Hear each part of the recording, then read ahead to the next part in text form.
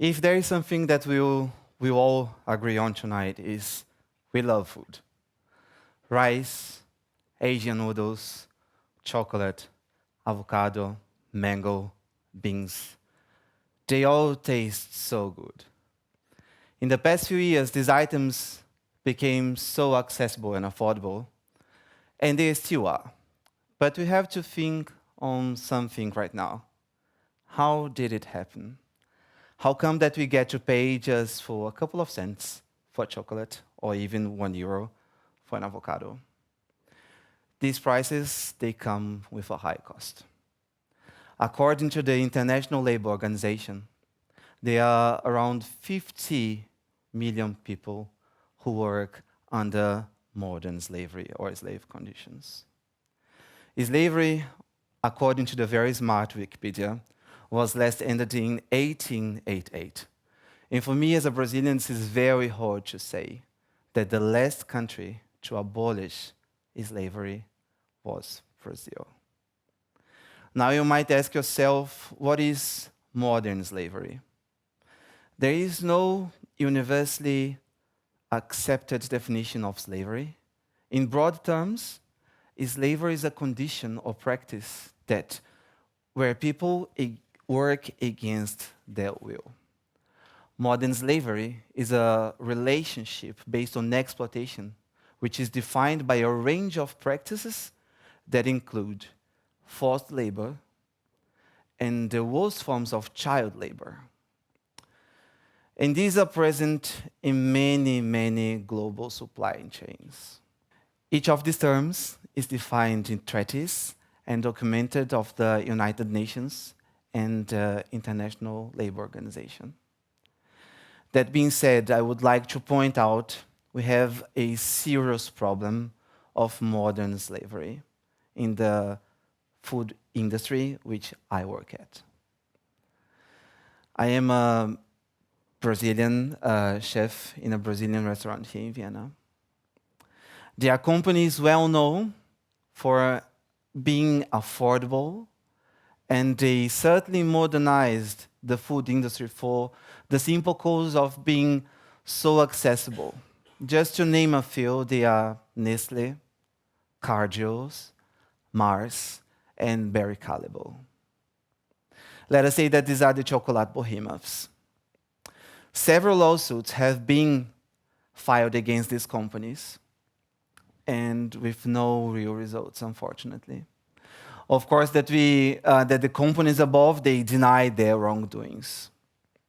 It is no secret that slavery is a highly lucrative business in the modern world that generates as much as 150 billion profits every year. Citizens of Mali who say that they were trafficked as children to work on cocoa plantations in Côte d'Ivoire. They allege that these companies formed a venture to allow them to benefit from cheap cocoa harvested by forced labor. Côte d'Ivoire produces around 40% of the world's cocoa. A 2020 study by an American university says that around 1.6 million children are harvesting cocoa, primarily in Côte d'Ivoire and Ghana. And I do not mean just to talk about the chocolate or Nestle, even though I could spend hours talking about Nestle, because it's my top one company of never.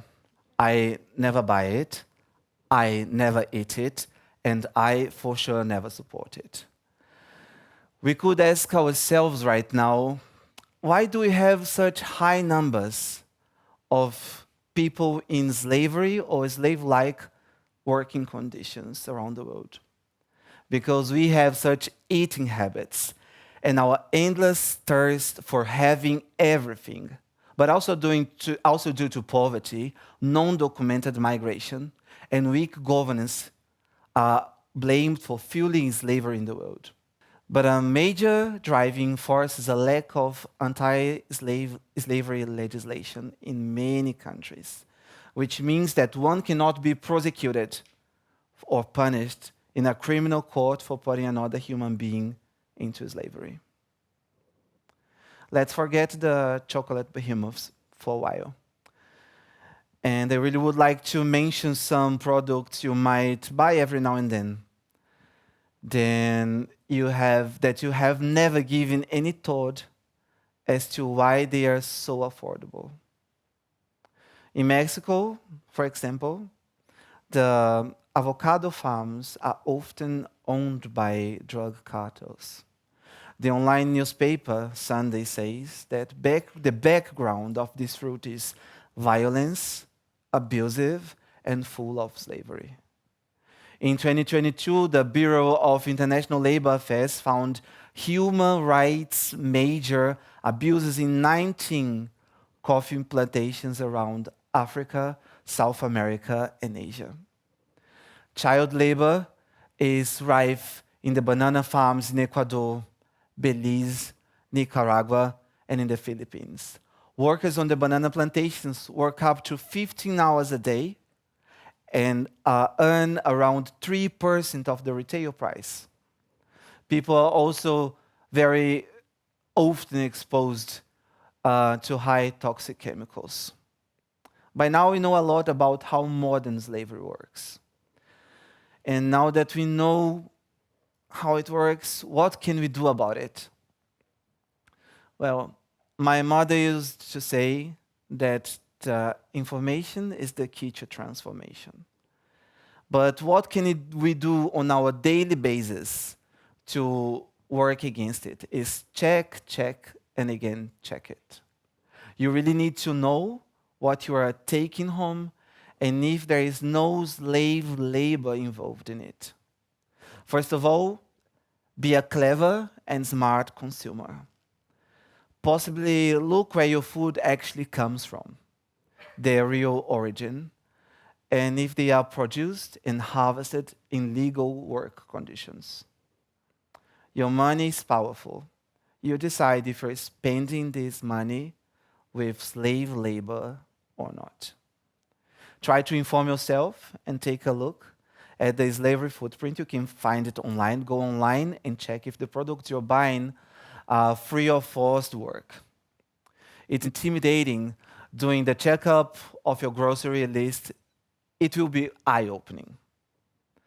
Well, try to buy fair trade. Fair trade label products are produced in ethical manners, and it includes fair labor conditions for the workers, fair prices, and environmental sustainability. It includes fair labor conditions, fair prices, and environmental sustainability, community development. There are so many passionate people. We just saw some of them here, companies supporting good causes and really caring about our health. Support local, regional, and try to buy seasonal. Try to avoid buying the fruits or veggies which are not in the season. Our consumerism drives a lot of the economic motivation behind slavery. Buying local is empowering for the economy of the place where you live. Huge companies are very often afraid of exploring their supply chains for being afraid that these people will discover something where they will get picked up online.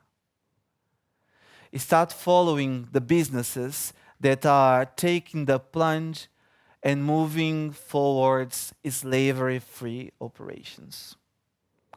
This is not an easy thing to do, to find out, but well worth the effort and to really take a look at it behind the corporate curtains. There are several organizations that I actually would like to mention right now who work against any kind of slavery around the world. And I would like to mention some. There is the Global Fund to End Modern Slavery, International Justice Mission, and the Anti-Slavery International. If I had the time and the money, I would support these companies and organizations all along.